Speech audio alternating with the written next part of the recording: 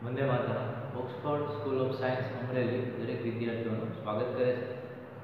આજે આપણે ધોરણ 9 વિષય કોમ્પ્યુટરનો અભ્યાસ કરીશું.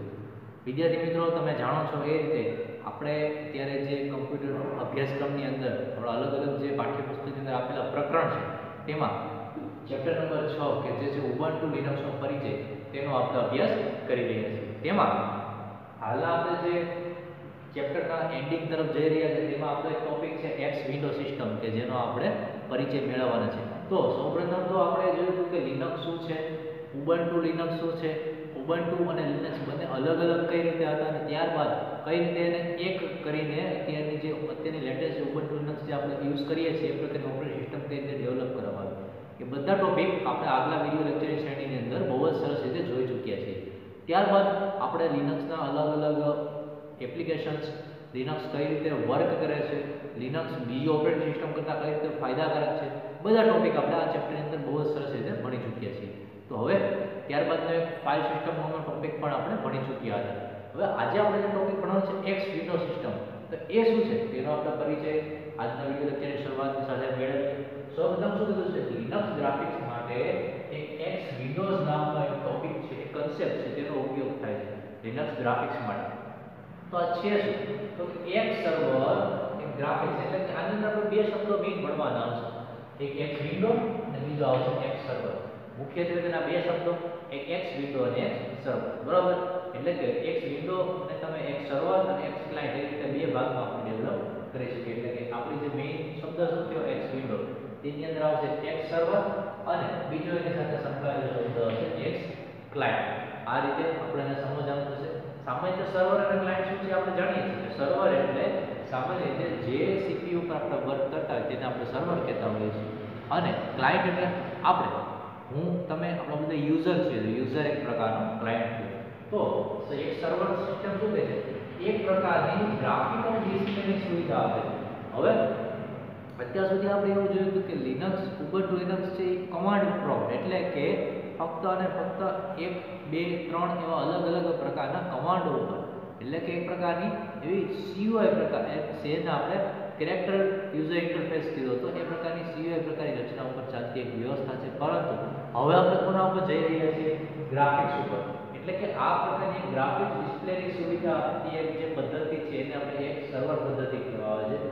તેની અંદર તમે કીબોર્ડ, માઉસ કે અન્ય ઇનપુટ માટેના એકમો, અન્ય ઇનપુટ માટેના એકમો કે જે એકમો વડે આપણે ઇનપુટ પ્રક્રિયા કરી શકીએ, જેમ કે સ્કેનર, બારકોડ રીડર, આ બધા કેવા છે આપણા માટે ઇનપુટ માટેના એકમો. એટલે કે એક સર્વરની સિસ્ટમની સાથે તમને ગ્રાફિક ડિસ્પ્લેની ફેસિલિટી મળે છે અને અન્ય ઇનપુટ એકમો કીબોર્ડ, માઉસ તથા અન્ય વગેરેને પણ તમે ઇનપુટ સુવિધાની સાથે જોડીને વર્ક કરી શકો છો એક સર્વર ઉપર. પછી આવા એક સર્વર દ્વારા આપવામાં આવતી સુવિધાઓનો ગ્રાફિક્સ માટે ઉપયોગ કરનાર પ્રોગ્રામને શું કહેવાય, એક્સ ક્લાયન્ટ. એટલે કે આ એક સર્વર દ્વારા જે ફેસિલિટી મળે છે કે ગ્રાફિક્સ ડિસ્પ્લેની સાથે સાથે અલગ અલગ પ્રકારના ઇનપુટ એકમો પણ જોડી શકાય. તો આ બધા દ્વારા જે તમને ફેસિલિટી મળે છે, એક સુવિધા મળે છે, એ સુવિધાને ઉપયોગ કરવા દેવા માટે એક સ્પેશિયલ પ્રોગ્રામ ડિઝાઇન કરવામાં આવ્યો છે. એ પ્રોગ્રામનું આપણે નામ આપ્યું છે એક્સ ક્લાયન્ટ પ્રકારનો પ્રોગ્રામ, કે જેના દ્વારા આપણે આ પ્રકારની જે ફેસિલિટી, ગ્રાફિક ડિસ્પ્લેની જે આપણી માટે સગવડ પૂરી પાડવામાં આવે છે તેનો આપણે ઉપયોગ કરી શકીએ. પછી શું કહે છે, ક્લાયન્ટ અને સર્વર બંને એક જ સિસ્ટમ પર હોવા છતાં સામાન્ય રીતે કેવું થતું હોય છે કે આપણા લેબની વાત કરીએ તો આપણી પાસે એક સર્વર છે અને આપણે એ જ લેબમાં એઝ અ ક્લાયન્ટ તરીકે બેઠા છે. એટલે કે એક ખૂણાનું એક કોમ્પ્યુટર છે અને આપણે સર્વર તરીકે ડેવલપ કર્યું છે, અને અહીંયા હું પહેલા કોમ્પ્યુટર બેઠો છું તો હું એક સર્વર સાથે, એ કોમ્પ્યુટર સાથે હું કનેક્ટેડ છું. તો હું શું કરીશ, મારા જ કોમ્પ્યુટરના મારા સીપીયુ સાથે હું કનેક્ટેડ રહીશ તો મારે કોઈ નેટવર્કિંગની જરૂર પડતી નથી. ડાયરેક્ટલી હું પાવર કેબલ અને વીજીએ કેબલથી મારા સીપીયુ સાથે હું ડેટાની આપ-લે કરી શકીશ. સામાન્ય રીતે તમે જોવો છો કે તમે સ્કૂલમાં આવો કે ઘરે આવો છો, તમારા ઘરે જે ડેસ્કટોપ કોમ્પ્યુટર હોય તેની અંદર એક સીપીયુ હોય, કીબોર્ડ હોય, માઉસ અને મોનિટર, બરાબર. તેની અંદર આપણે એક્સ્ટ્રા કંઈ લેન કનેક્શન કે એવું આપવાની જરૂર રહેતી નથી. તમે તમારા સીપીયુની અંદર રહેલી હાર્ડ ડિસ્ક, રેમનો ઉપયોગ કરીને તમારા કોમ્પ્યુટરની અંદર તમે જે કાંઈ પ્રેક્ટિકલ લખો છો, પરફોર્મ કરો છો, દરેકે દરેક વસ્તુઓ સીપીયુની અંદર સ્ટોર થતી હોય છે અને પ્રક્રિયા થતી હોય છે. તેના માટે કોઈ એક્સ્ટ્રા નેટવર્કિંગની કે લેન કનેક્શનની જરૂર પડતી નથી. પરંતુ આ જે પદ્ધતિ છે, કઈ એક્સ વિન્ડો પ્રકારની. એક્સ વિન્ડો સિસ્ટમમાં શરત શું છે? તમે ભલે તમારા સર્વર અને તમારા ક્લાયન્ટ ઉપર વર્ક કરતા હો, તેમ છતાં જો ક્લાયન્ટ અને સર્વર બંને એક જ સિસ્ટમ ઉપર હોય તેમ છતાં તેની અંદર ડેટાના આદાન-પ્રદાન માટે શેની જરૂર પડે? નેટવર્કિંગની. સામાન્ય સિસ્ટમની અંદર આવી કોઈ નેટવર્કિંગની સ્પેશિયલ જરૂર પડતી નથી. ઉદાહરણ તરીકે આપણી સ્કૂલનું કોમ્પ્યુટર ગણી લો, કે તમારા ઘરે હોય એ કોમ્પ્યુટર ગણી લો, કે તમે એક્સેટ્રા કોઈ પણ જગ્યાએ તમારી શોપ હોય ત્યાં જોયેલું કોમ્પ્યુટર ગણી લો. તેમાં ઉપર આપણે VGA કેબલ અને પાવર કેબલ સિવાય કોઈ ત્રીજો કેબલ આપણા CPU અને મોનિટર વચ્ચે જોઈન્ટ કરેલો હોતો નથી. તેમ છતાં પણ આપણે ડેટાનું આદાન-પ્રદાન કરી શકીએ છીએ. પરંતુ અહીંયા શું છે, જ્યારે આપણે એક્સ વિન્ડો સિસ્ટમ પ્રકારની જ્યારે સિસ્ટમ ડેવલપ કરી તો ક્લાયન્ટ અને સર્વર એક જ સિસ્ટમ પર હોવા છતાં ડેટાના આદાન-પ્રદાન માટે નેટવર્કિંગનો ફરજિયાત ઉપયોગ કરવો પડે છે. આના સિવાય પણ શું કીધું છે કે આનો એક બીજો એડવાન્ટેજ એ છે કે આપણું સર્વર ધારો કે અહીંયા છે, બરોબર, એટલે કે આપણી કોમ્પ્યુટર લેબમાં, અને ક્લાયન્ટ છે બીજે છે. ફોર એક્ઝામ્પલ, કોમ્પ્યુટર લેબમાં આપણું સર્વર છે અને બીજા વાળા સ્ટાફ રૂમની અંદર આપણે એક પીસી મૂકેલું છે, એને આપણે ક્લાયન્ટ તરીકે કન્સિડર કરીએ, તો પણ એ આટલા લોંગ ડિસ્ટન્સમાં હોવા છતાં પણ નેટવર્કિંગ થ્રુ એકબીજા સાથે કમ્યુનિકેશન કરી શકશે?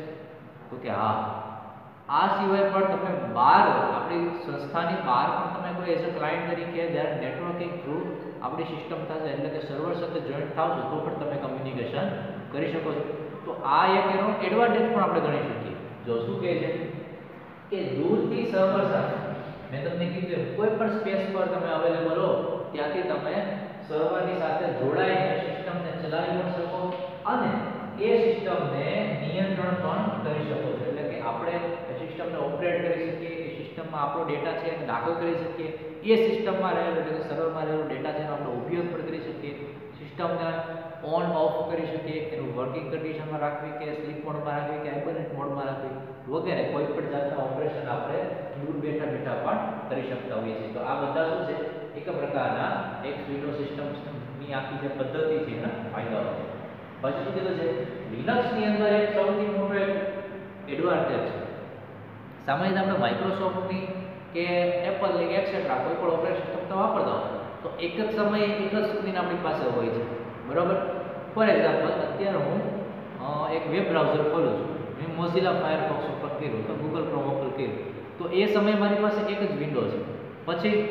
પછી મને એમ યાદ આવે છે કે મારે એક ડી ડ્રાઈવમાં રહેલી એક વર્ડ ફાઇલ છે ઓપન કર્યું છે, તો મારે શું કરવું પડે? મોઝિલા ફાયરફોક્સ ઓપન કરેલું છે ને મિનિમાઇઝ કરીશ, માય કોમ્પ્યુટર આઇકોન પર ડબલ ક્લિક કરીશ, ડી ડ્રાઈવ એની અંદર મારી જે વર્ડ ફાઇલ તેની ઉપર ડબલ ક્લિક કરીશ તો વર્ડ ફાઇલ ઓપન થશે.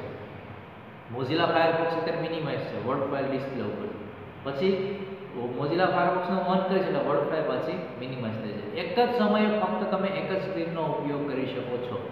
પરંતુ લિનક્સ, આપણે આ ચેપ્ટરની શરૂઆતથી જોયું કે લિનક્સ લોટ્સ ઓફ આપણને એડવાન્ટેજ આપ્યા છે, ઘણા બધા બીજું આપણે સિસ્ટમ કરતાં ફાયદાઓ આપ્યા છે. તો એવો જ એક ફાયદો એ પણ છે, લિનક્સમાં એકથી વધુ આભાસી સ્ક્રીન અવેલેબલ છે. એટલે કે લિનક્સની અંદર એવું નથી કે એક સમયે એક જ સ્ક્રીન, એક સમયે 2, 3, 4 એવી ઘણી બધી લિનક્સની અંદર અવેલેબલ સ્ક્રીન હોય છે કે જેનો તમે એક જ સમયે એક સાથે ઉપયોગ કરતા તમને એમ જ લાગે કે મારી સામે એક કરતાં વધારે કોમ્પ્યુટર રહેલા છે. તો આવી રીતે તમે લિનક્સની અંદર એડવાન્ટેજ તરીકે આનો યુઝ કરી શકો છો. તો આપણને એમ થાય કેટલી સ્ક્રીન જોવા મળે, એક જ સમયે કેટલી સ્ક્રીનનો આપણે ઉપયોગ કરી શકીએ? તો એ છે 12 સ્ક્રીન. આ શબ્દ બહુ યાદ રાખજો વિદ્યાર્થી મિત્રો, કારણ કે MCQ પ્રકારના જ્યારે આપણે પદ્ધતિમાં પરીક્ષા લેતા હોઈએ છીએ તો આવા બધા પ્રશ્નો બહુ પૂછાય છે કે લિનક્સની અંદર એક સાથે કેટલી આભાસી સ્ક્રીન જોવા મળે છે? તો કે 12. એક સાથે 12 સ્ક્રીન તમે ઓપન કરી હોય અને તમે જેનો વર્ક કરતા હો એ રીતનું તમને એડવાન્ટેજ આની અંદર જોવા મળે છે. તો આપણે એક મોટામાં મોટો લિનક્સનો ફાયદો છે. પછી તો કે હવે આપણે આ સ્ક્રીનને ઓપન કઈ રીતે કરીએ? તો એના માટે શોર્ટકટ છે કંટ્રોલ ની કી દબાવો, પછી બીજી આંગળીથી અલ્ટર ની કી દબાવો અને ત્રીજી છે ઉપર F1.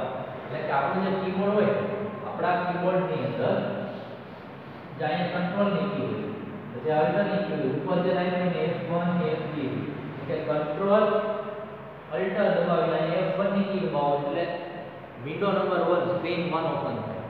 પછી પાછું કંટ્રોલ અલ્ટર અને અહીંયા F2 કી દબાવો એટલે બીજી સ્ક્રીન ઓપન થાય. કંટ્રોલ અલ્ટર કરીને F3 તો ત્રીજી સ્ક્રીન. એવી રીતે કંટ્રોલ અલ્ટર F12 સુધી તમે જાતા જાઓ તો તો આવા શોર્ટકટ કીની મદદથી તમે એક સાથે 12 આવી આભાસી સ્ક્રીનને ઓપન કરી શકો છો અને દરેકે દરેક સ્ક્રીન ઉપર વર્ક કરી શકો છો, જે ફક્ત અને ફક્ત લિનક્સ પ્રકારની ઓપરેટિંગ સિસ્ટમમાં જ આવી ફેસિલિટી ધરાવે છે. બીજી કોઈ ઓપરેટિંગ સિસ્ટમમાં આવી સગવડ જોવા મળતી નથી. તો અત્યાર સુધી આપણે ઘણા બધા લિનક્સના ફાયદાઓ જોયા.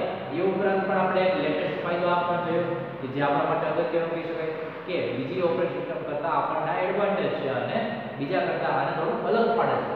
હંમેશા કોઈ નવી વસ્તુ જ્યારે આવે છે એ બીજી જે જૂની વસ્તુ હોય પોતાની પૂર્વગામી વસ્તુ હોય તેની કરતાં જો અલગ હશે તો યુઝરને પણ વાપરી ગમશે અને યુઝ કરવામાં થોડું નવીનતમ લાગે છે. એ જ પદ્ધતિ અહીંયા પર છે. ઉબુન્ટુ લિનક્સ અંદર એક બહુ જ નવો અને એડવાન્ટેજ માટેનો કન્સેપ્ટ છે. પછી ટોટલ જે આપણે જોયું કે 12 સ્ક્રીન જોવા મળે છે. 12 સ્ક્રીનની અંદર 6 ના ભાગ પાડી દીધા.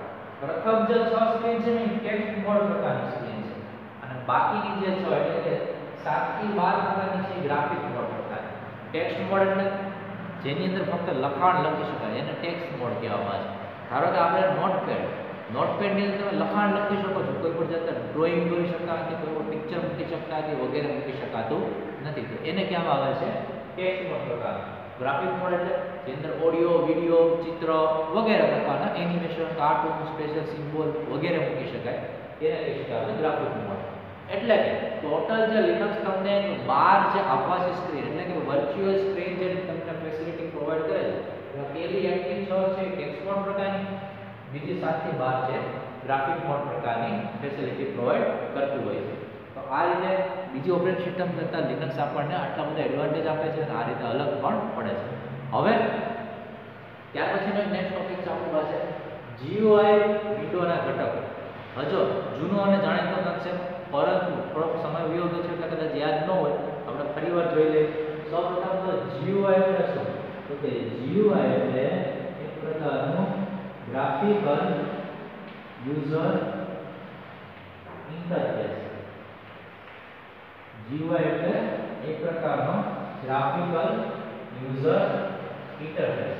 આપણે આગળના ચેપ્ટરમાં પણ જોયું હતું કે મોસ્ટ ઓફ બે પ્રકારના ઇન્ટરફેસ હોય. એક કેરેક્ટર પ્રકારનો કેરેક્ટર યુઝર ઇન્ટરફેસ અને બીજો ગ્રાફિકલ. કેરેક્ટર એટલે કે તમને મેં કીધું એમ ફક્ત અને ફક્ત એની અંદર લખાણ લખી શકાય, એની સિવાય કોઈ પણ જાતના ડ્રોઈંગ છે, ઓડિયો, વિડિયો, એનિમેશન વગેરેનો ઉપયોગ થઈ શકતો નથી. અહીંયા આપણે જે કીધું એમ ટેક્સ્ટ મોડ પ્રકારની સ્ક્રીન હોય ત્યારે. બીજું છે ગ્રાફિક મોડ કે જેની અંદર આપણે અલગ અલગ પ્રકારના GUI ઇન્ટરફેસ એટલે કે GUI ગ્રાફિકલ યુઝર ઇન્ટરફેસ પ્રકારની ફેસિલિટી પણ પ્રોવાઈડ કરવામાં આવે છે, જેની અંદર તમે ચિત્ર મૂકી શકો, વિડિયો મૂકી શકો, ઓડિયો મૂકી શકો, એનિમેશન મૂકી શકો, કોઈ કાર્ટૂન મૂકી શકો, એક્સેટ્રા કોઈ પણ ફેસિલિટી તમે મૂકી શકો છો. આ પ્રકારની જે ફેસિલિટી આપતું હોય એને કહેવાય છે GUI એટલે ગ્રાફિકલ યુઝર ઇન્ટરફેસ પ્રકારની ફેસિલિટી. તો આવા કયા કયા ઘટકો લિનક્સની અંદર છે અને કઈ રીતે વર્ક કરે છે તેના રિલેટેડનો આપણો ટોપિક છે. તેની પર શરૂઆત કરીએ.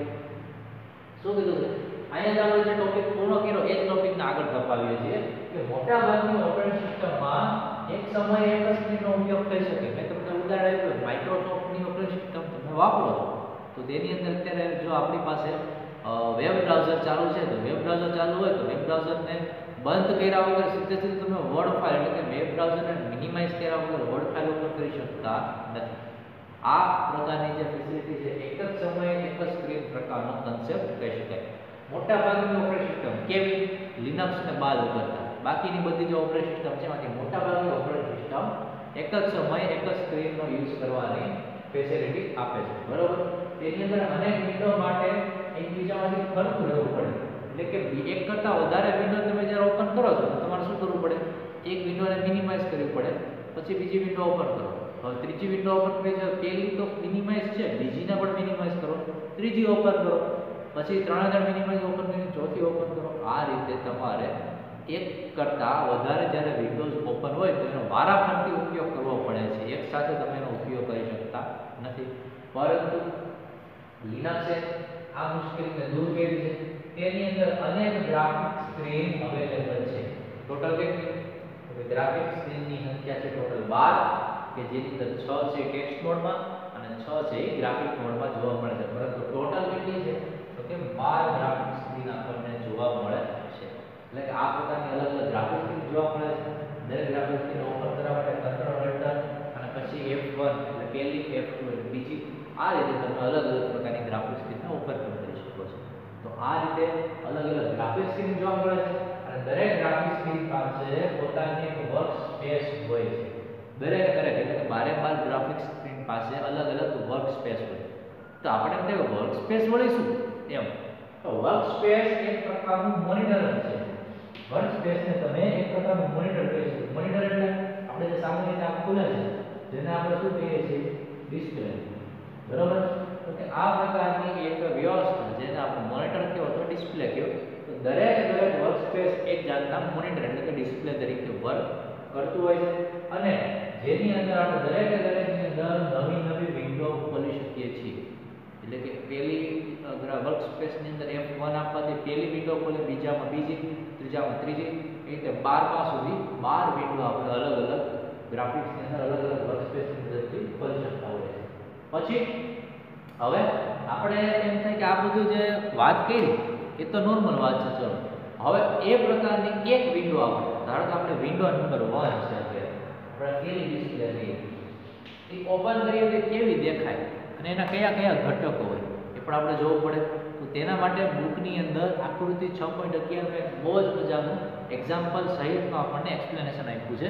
તો દરેક વિદ્યાર્થી મિત્રો બુકમાં પેજ નંબર 70 ઉપર જશે. તેની અંદર આ પ્રકારનું એક આપણને ચિત્ર સ્વરૂપની રજૂઆત આપે છે જે આપણી એક ડિસ્પ્લે છે. આ પ્રકારની ડિસ્પ્લે સામાન્ય રીતે આપણને જોવા મળતી હોય છે. ડિસ્પ્લેની અંદર ઘણા બધા એરો દર્શાવીને નામ પણ આપ્યા છે. દરેક નામ વાઇઝ તેના અલગ અલગ પ્રકારના ઉપયોગો હોય છે અને આ ઉપયોગોની મદદથી એનું આપણે કાર્ય જાણી શકીએ કે કયા ભાગનું શું કાર્ય છે અને કયો ભાગ છે શેના માટે વપરાય છે. જેમ કે આપણને સૌથી ઉપર કીધું છે કે સૌથી પહેલો ભાગ છે આપણે ટાઇટલ બાર નામ આપ્યું છે. આમાં લખ્યું છે ટાઇટલ બાર. ટાઇટલ બારનું કામ શું હોય કે આપણે જે વર્ક કરી રહ્યા છીએ તેનું ટાઇટલ, ઉદાહરણ તરીકે હું વેબ બ્રાઉઝર જ્યારે માઇક્રોસોફ્ટની અંદર ઓપન કરું છું તો ઉપર લખેલા મોઝિલા ફાયરફોક્સ એ ટાઇટલ છે, ગૂગલ ક્રોમ એ ટાઇટલ છે, તો એને ટાઇટલ બાર તરીકે ઓળખી શકાય છે. પછી શું કહે છે સ્ટેટસ બાર.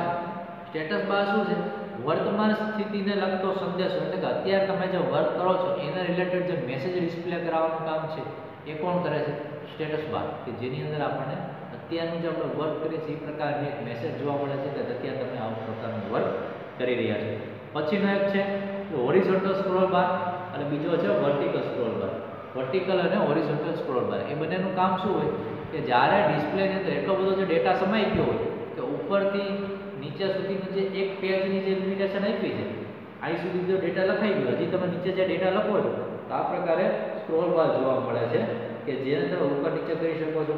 આ ઉપરાંત આપણે આ સાઈડ પર ઘણો ડેટા લખી દીધો છે તો અહીંયા પણ સ્ક્રોલ બાર જોવા મળે જેની મદદથી તમે આપણી સ્ક્રીનને આગી પાછી કરી શકો છો, ઉપર નીચે પણ કરી શકો છો. એ થયા વર્ટિકલ અને હોરિઝોન્ટલ સ્ક્રોલ બાર. આ ઉપરાંત આપણા આ જે હોરિઝોન્ટલ અને વર્ટિકલ સ્ક્રોલ બારને ફેરવવાની વ્યવસ્થા છે કઈ રીતે હોય તો કે સ્ક્રોલ બાર એટલે કે તમે માઉસનું એક સિંગલ ક્લિક કરીને ઉપર નીચે કરી શકો અથવા તમારું માઉસ જો સ્ક્રોલ વ્હીલ વાળું હોય જેને આપણે પૈડું કહીએ. અમુક માઉસ એવા આવે છે કે બે એક ડાબી અને જમણી બાજુ એક બટન હોય અને વચ્ચે એક પૈડા જેવી રચના જેને ગોળ ફેરવો તો પણ આ સ્ક્રોલ બાર મૂવ થતા હોય છે. તો આ પ્રકારે આપણે ડિસ્પ્લે જોવા મળે છે. દરેક ઘટકોમાં આ પ્રકારે એક એક ડિસ્પ્લે ખુલે છે. આવી ટોટલ કેટલી ડિસ્પ્લે ખુલશે, 12 ડિસ્પ્લે ખુલશે અને 12 ડિસ્પ્લેના આપણે આભાસી રીતે આપણે એમ જ માની શકીએ કે અત્યારે આપણે ધારો કે એક સાથે 12 ડિસ્પ્લે ઉપર વર્ક કરી રહ્યા છીએ અને જે પ્રકારની રચના જોવા મળે એ રીતે આપણે આની અંદર કાર્ય કરી શકતા હોઈએ છીએ. હવે શું કહે છે, લિનક્સ એક એવી ઓપરેટિંગ સિસ્ટમ છે કે જે બધી રીતે સ્યુટેબલ છે, બધી જાતની આપણે ફેસિલિટી પણ આપે છે, પરંતુ તેની પણ અમુક પ્રાઇમરી રિક્વાયરમેન્ટ હોય. એવી જ એક રિક્વાયરમેન્ટ છે કે લિનક્સ ઓપરેટિંગ સિસ્ટમનો તમે ઉપયોગ કરતા હો તો ઇનપુટ એકાઉન્ટ તરીકે તમે જ્યારે માઉસનો ઉપયોગ કરો છો તે માઉસ સામાન્ય રીતે કેવું હોવું જોઈએ તો કે લિનક્સની અંદર માઉસ 3 બટન વાળું હોવું જોઈએ. લિનક્સની અંદર માઉસ કેવું હોવું જોઈએ, 3 બટન એટલે કે ડાબી બાજુનું બટન, જમણી બાજુનું બટન અને વચ્ચે વાળું બટન, 3 બટન વાળું હોવું જોઈએ. બરોબર, આ એની એક જરૂરિયાત છે.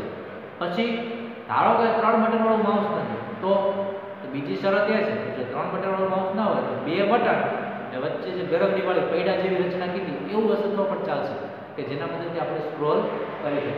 બરોબર, એટલે કે માઉસની વચ્ચે બટનની જગ્યાએ સ્ક્રોલની પણ માઉસ હશે તો પણ ચાલશે. કન્ડિશન નંબર 1 હશે તો પણ ચાલશે, કન્ડિશન નંબર 2 હશે તો પણ ચાલશે. હવે પ્રશ્ન ક્યારે ક્રિએટ થાય? તમે લિનક્સને લેપટોપ ઉપર વર્ક કરતા હો ત્યારે. લિનક્સ પ્રકારે ઓપરેટિંગ સિસ્ટમ મેં મારા જ્યારે લેપટોપમાં ઇન્સ્ટોલ કરીશ તો લેપટોપમાં તો કંઈ માઉસ અલગથી આવતું નથી, આટલું ટચ પેડ આવે. ટચ પેડની અંદર આ રીતે પદ્ધતિ હોય છે કે ટચ પેડ હોય એની અંદર નીચે આવી જાય નીચે એમાં બે બટન હોય, આ બટન 1 અને બટન 2 કે જેની ઉપર આપણે ક્લિક કરી શકતા હોય. તો આવી જે સિસ્ટમ કન્ડિશન ક્રિએટ થાય છે તો શું કરવું? લિનક્સ તો પ્રાઇમરી રિક્વાયરમેન્ટ છે કે તેની અંદર 3 બટન વાળું માઉસ હોય અથવા તો 2 બટન અને સ્ક્રોલ વાળું માઉસ હોય ચાલે. પરંતુ અહીંયા જે આપણે માઉસ તરીકે કરીએ છીએ આવું ટચ પેડ છે અને 1 અને 2 પ્રકારની બટન વાળી રચના.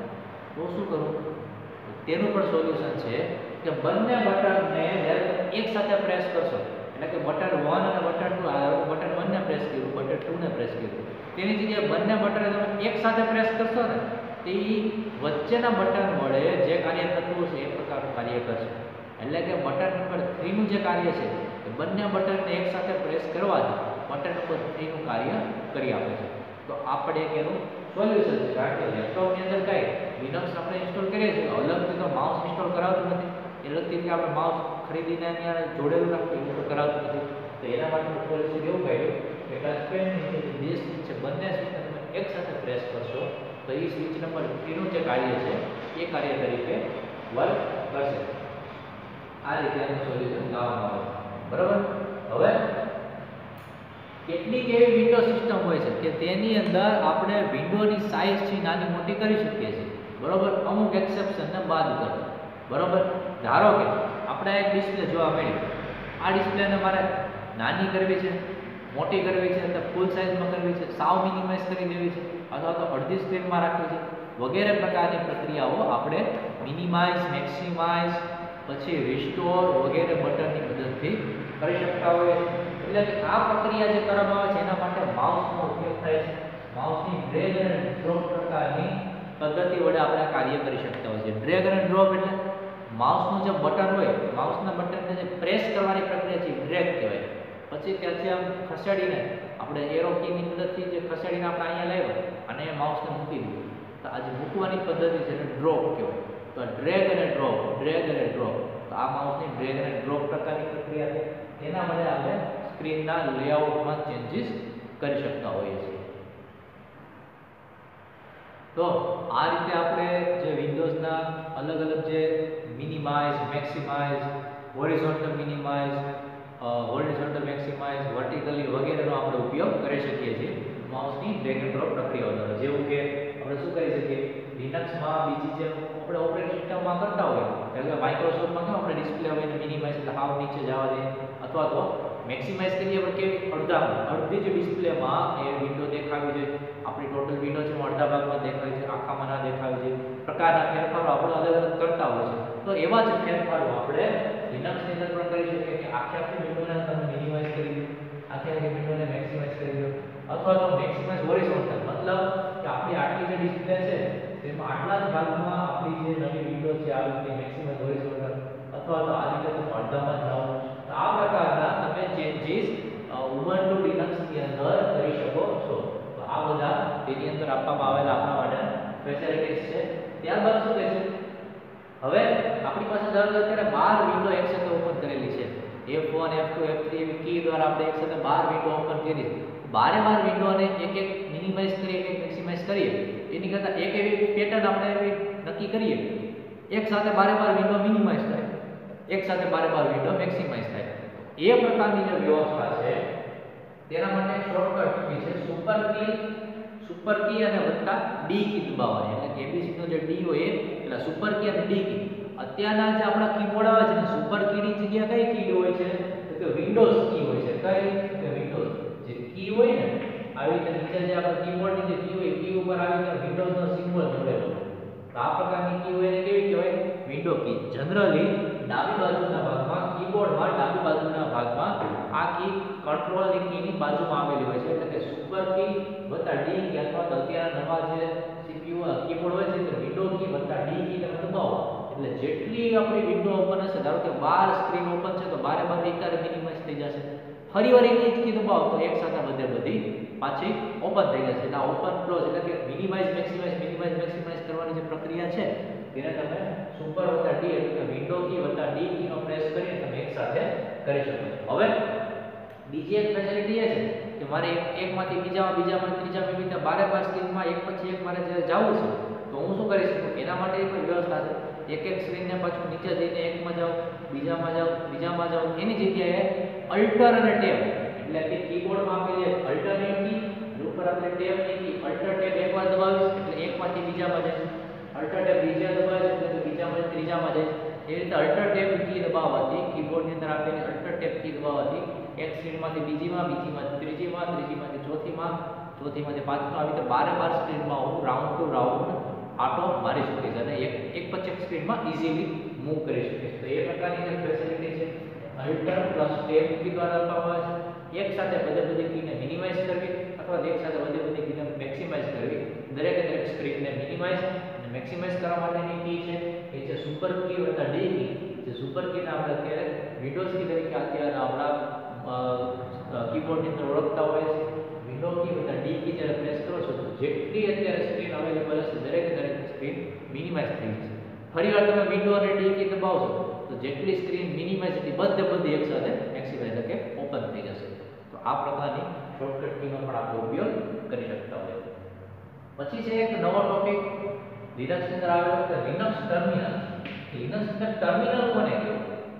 ટર્મિનલ એટલે કે એક પ્રકારના આપણા શબ્દ આપણે હોય સાંભળો તમને ખબર હોય CLI command line interface. CLI નો મતલબ શું છે? Command line interface.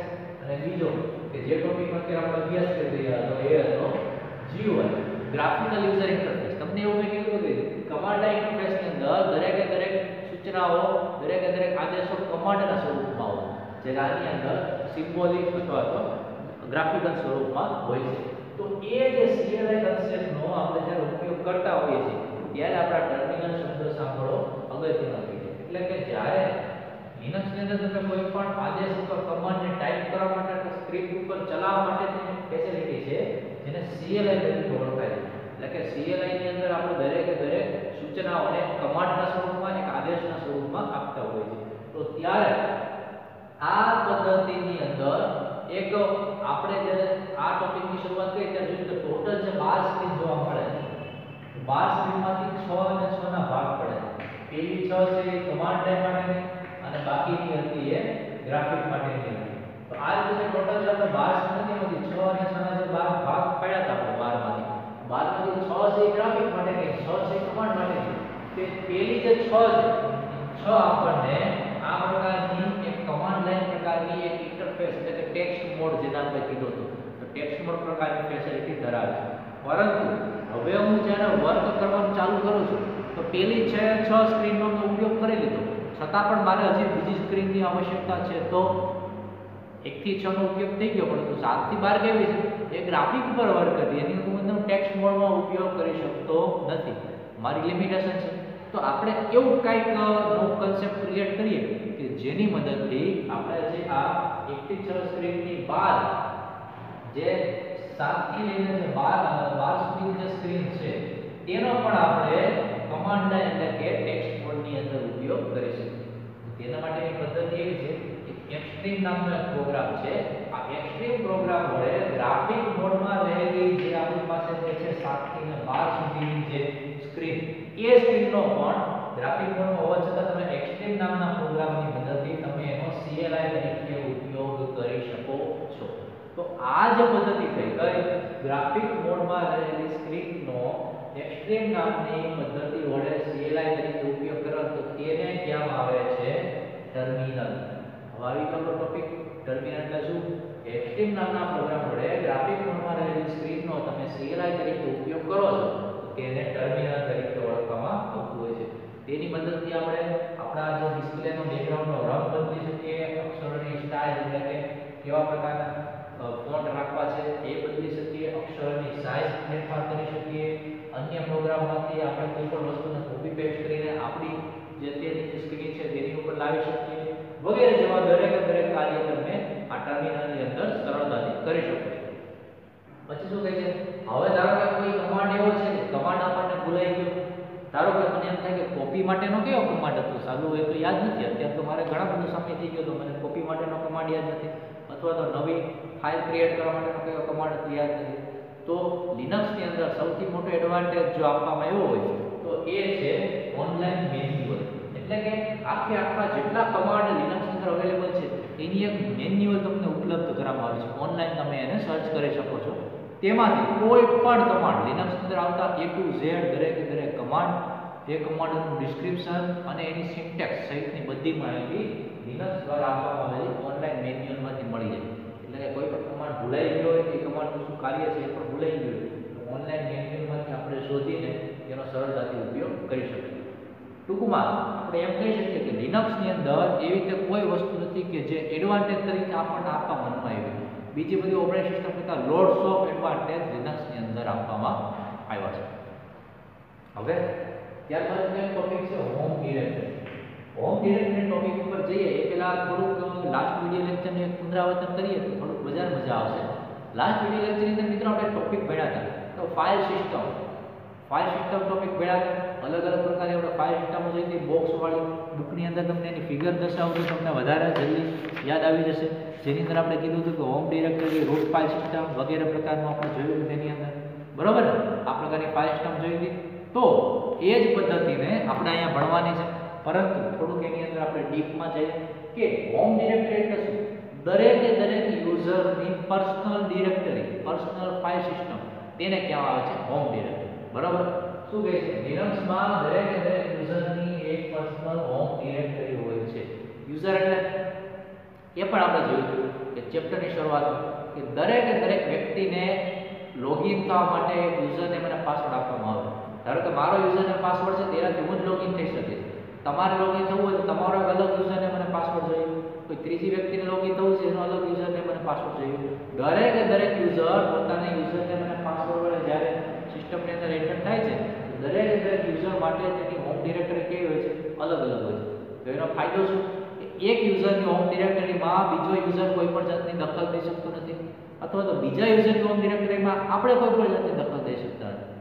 અને એમાં બીજું એક વસ્તુ એ છે કે મારા દ્વારા કરવામાં આવતું દરેક કાર્ય, કોઈ ફાઇલ ક્રિએટ કરું છું, કોઈ ફાઇલમાં સુધારા વધારા કરું છું, કોઈ ફાઇલમાં વિષય વસ્તુ એડ કરું છું, કોઈ પણ કાર્ય કરું છું તો એ બધું કાર્ય ક્યાં સ્ટોર થાય? મારી હોમ ડિરેક્ટરીમાં. તમારા દ્વારા કરવામાં આવતું દરેક કાર્ય તમારી હોમ ડિરેક્ટરીમાં. કોઈ થર્ડ પર્સન દ્વારા કરવામાં આવતું કાર્ય એની હોમ ડિરેક્ટરીમાં. દરેક યુઝરનું કાર્ય તેની પોતાની હોમ ડિરેક્ટરીમાં જ સ્ટોર થાય છે. એકનું કાર્ય બીજાનું ત્રીજામાં સ્ટોર થતું નથી. તો આપણે મોટો એડવાન્ટેજ છે. જેથી કરીને ડેટાની સિક્યોરિટી આપણે જળવાઈ રહે. મારા હોમ ડિરેક્ટરીમાં કોઈ અન્ય યુઝર એટલે કે મારી હોમ ડિરેક્ટરીમાં તમે કંઈ ચેન્જ નથી કરી શકવાના, અથવા તો મારી હોમ ડિરેક્ટરીમાં પડેલો મારો જે ડેટા છે એટલે તમે સુધારો નથી કરી શકવાના, તમારી હોમ ડિરેક્ટરીમાં પડેલો ડેટા હું સુધારો નથી કરી શકવાનો. તો આ રીતે આપણને આ પ્રકારનો એડવાન્ટેજ હોમ ડિરેક્ટરી કન્સેપ્ટમાં હોવાના લીધે મળતો હોય છે. ત્યારબાદનો એક કન્સેપ્ટ છે ઉબુન્ટુ લિનક્સમાં અલગ પ્રકારના યુઝર. એટલે કે ઉબુન્ટુ લિનક્સમાં અલગ યુઝર કેવા હોય છે. આપણે જેમ યુઝર 1, યુઝર 2, યુઝર 3 ક્રિએટ કરીએ છીએ એ યુઝર નહીં, ટોટલ કયા પ્રકારના યુઝર હોય છે? મુખ્યત્વે 3 પ્રકારના યુઝર હોય. એક સુપર યુઝર, એક નોર્મલ યુઝર અને ત્રીજું છે એડમિનિસ્ટ્રેટિવ યુઝર. આ 3 પ્રકારના યુઝરો ઉબુન્ટુ લિનક્સની અંદર જોવા મળતા હોય. પહેલું તો આપણે જોઈએ કે સુપર યુઝર એટલે શું? તે પ્રકારના યુઝરને રૂટ પ્રકારના યુઝર કહેવામાં આવે છે. આ ફાઇલ સિસ્ટમની અંદર તમને ખ્યાલ હોય આપણે આ જે ભાગ હતો એરાવાળો ભાગ એને આપણે રૂટ ડિરેક્ટરી કહેતા હતા. યાદ છે ને? તો આ રૂટ ડિરેક્ટરી એટલે કે એ પ્રકારનું જે યુઝર હોય છે એને સુપર યુઝર કહેવામાં આવતો હોય છે. સામાન્ય સુપર યુઝર પાસે બધા જ રાઇટ્સ હોય. બધા જ રાઇટ્સ એટલે કે તમારા એટલે કે યુઝર 1, યુઝર 2, યુઝર 3 દરેક યુઝરની ડિરેક્ટરી જોવી, ડિરેક્ટરીને ડિલીટ પણ કરી દેવી, ડિરેક્ટરીમાં ફેરફાર પણ કરવા, આ બધા રાઇટ્સ સુપર યુઝર પાસે હોય છે. પરંતુ આ બધા ફાયદાઓની સાથે એક નુકસાન પણ છે, જોખમ પણ છે. શું? સુપર યુઝરે ભૂલથી એવી ડિરેક્ટરી ડિલીટ કરી દીધી તો કે જે ડિરેક્ટરી આપણા લિનક્સ ઉબુન્ટુને વર્ક કરવા માટેની પ્રાઇમરી ડિરેક્ટરી હતી. તો પછી આપણી Ubuntu Linux operating system work કરી શકતી નથી. તો આપણી સિસ્ટમ આખી ફેલ જાય છે. ફરીવાર આપણે ઉબુન્ટુ લિનક્સ ડાઉનલોડ કરીને ઇન્સ્ટોલ કરવું પડે. જેથી કરીને આવા પ્રોબ્લેમ ક્રિએટ ન થાય એટલા માટે હવેના જે નવા બધા જે ઉબુન્ટુ લિનક્સના જે વર્ઝન આવે છે તેની અંદર સુપર યુઝરનું જે એકાઉન્ટ હોય છે ઓલરેડી બ્લોક કરેલું હોય છે, તેની અંદર આપણે કોઈ પણ રીતે લોગિન કરી શકતા નથી.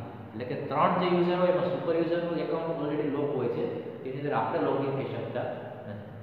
હવે યુઝર નંબર 2 કે જેને આપણે નોર્મલ યુઝર કહીએ છીએ, બરોબર? તો નોર્મલ યુઝર એટલે કેવો? આપણે જે બધા યુઝર છે એ બધા કેવા નોર્મલ યુઝર કે સામાન્યતઃ આપણે ઉબુન્ટુ લિનક્સ પ્રકારનો સોફ્ટવેર એમાં ચલાવી શકતા હોય છે. આ ઉપરાંત આપણા જે નોર્મલ કાર્ય, જેમ કે મારી હોમ ડિરેક્ટરીમાં હું કોઈ પણ કાર્ય કરી શકું, મારી હોમ ડિરેક્ટરીમાં રહેલી ફાઇલો ડિલીટ કરી દઉં, મારી હોમ ડિરેક્ટરીની ફાઇલોમાં સુધારા વધારા કરું, એવા કાર્યો કરી શકું છું. ઉપરાંત નાના મોટા બીજા બધા સામાન્ય મર્યાદિત કાર્ય ડિરેક્ટરી હોય તો બહાર જઈને ડેસ્કટોપનું બેકગ્રાઉન્ડ એવો ચેન્જ કરી શકું, પ્લસ સિમ્બોલ બધા ચેન્જ કરી શકું, લેઆઉટ ચેન્જ કરી શકું, ડિસ્પ્લેના મોનિટરના કલર છે આ છે તે ચેન્જ કરી શકું. એવા કાર્ય કે જેના દ્વારા આપણી ઉબુન્ટુ લિનક્સનું કાર્ય ખોટવાય નહીં, જેના લીધે ઉબુન્ટુ લિનક્સનું કાર્ય ડિસ્ટર્બ ન થઈ જાય કે ઉબુન્ટુ લિનક્સ કામ કરવાનું બંધ ન થઈ જાય, એ પ્રકારના બધા કાર્ય કરવા દેવાની મંજૂરી નોર્મલ યુઝરને આપવા દેવામાં આવી હોય છે. જે આપણે આપણે બધા નોર્મલ યુઝરની કેટેગરીમાં આવતા હોય છે, પરંતુ તેની પણ એક લિમિટ છે કે નોર્મલ યુઝર હોવાથી આપણે કોઈ પણ બીજા યુઝરની ડિરેક્ટરીમાં કોઈ પણ જાતનો ફેરફાર કરી શકતા નથી, બરોબર? હવે ત્રીજો યુઝર એડમિનિસ્ટ્રેટર યુઝર, જે આમ જોવા જઈએ તો સુપર યુઝરને જ એક સમકક્ષ કહી શકાય, પરંતુ સુપર યુઝર એટલે થોડું અલગ પડે છે. કઈ રીતે? તો સુપર યુઝરની જેમ નોર્મલ યુઝરની જેમ આ એક એડમિનિસ્ટ્રેટર નામનો ત્રીજો યુઝર ક્રિએટ કરવાનું કારણ શું છે આપણે સમજીએ એટલે ખ્યાલ આવશે કે જ્યારે સિસ્ટમની અંદર એડમિનિસ્ટ્રેટિવ યુઝર બનવું હોય તો એને જ્યારે લોગિન થાય છે, એટલે કે જ્યારે એ દાખલ થાય છે ત્યારે એક નોર્મલ યુઝર તરીકે જ લોગિન થાય છે. એટલે કે આપણે જેમ હું યુઝર 1 તરીકે લોગિન થાવ, મારો યુઝર આઈડી પાસવર્ડ નાખી એ જ રીતે લોગિન થવાનું. પછી આપણે જવાનું CLI પ્રોમ્પ્ટ. CLI પ્રોમ્પ્ટ એટલે કે આ જે વસ્તુ આપણે જોઈ હતી શું હતી? CLI પ્રોમ્પ્ટ એટલે કમાન્ડ લાઇન ઇન્ટરફેસ, જેમાં દરેક કાર્ય કમાન્ડ દ્વારા થશે.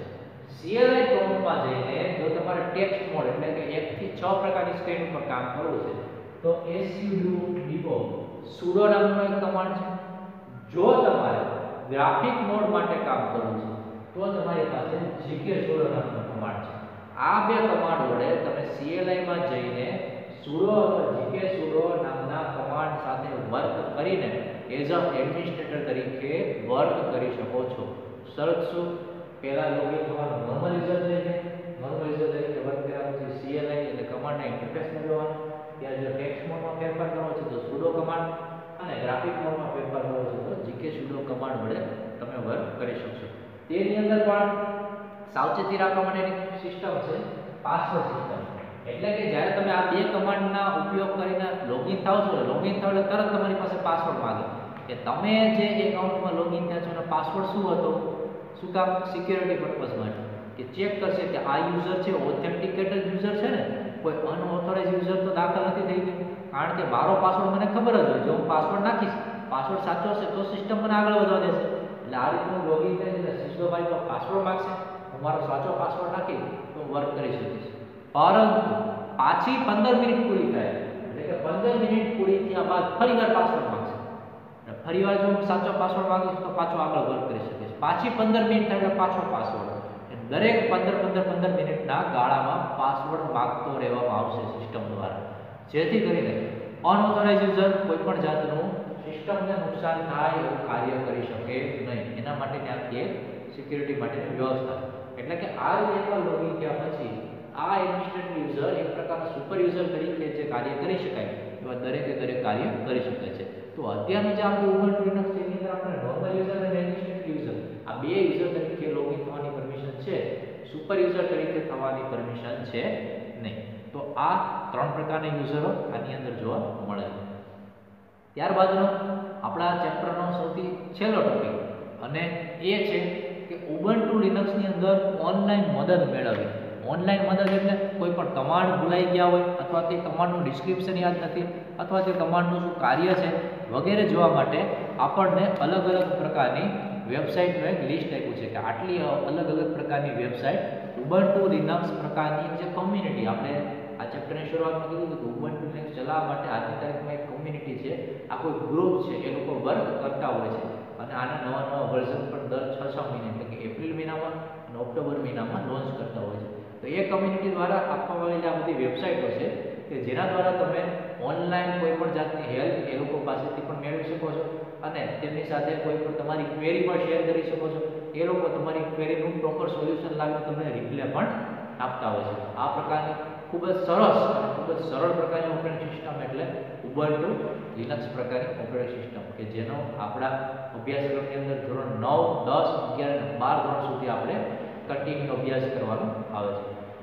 તો આ સાથે વિદ્યાર્થી મિત્રો આપણું પ્રકરણ નંબર 6 ઉબુન્ટુ લિનક્સનો પરિચય તે પણ અહીં પૂર્ણ થાય છે.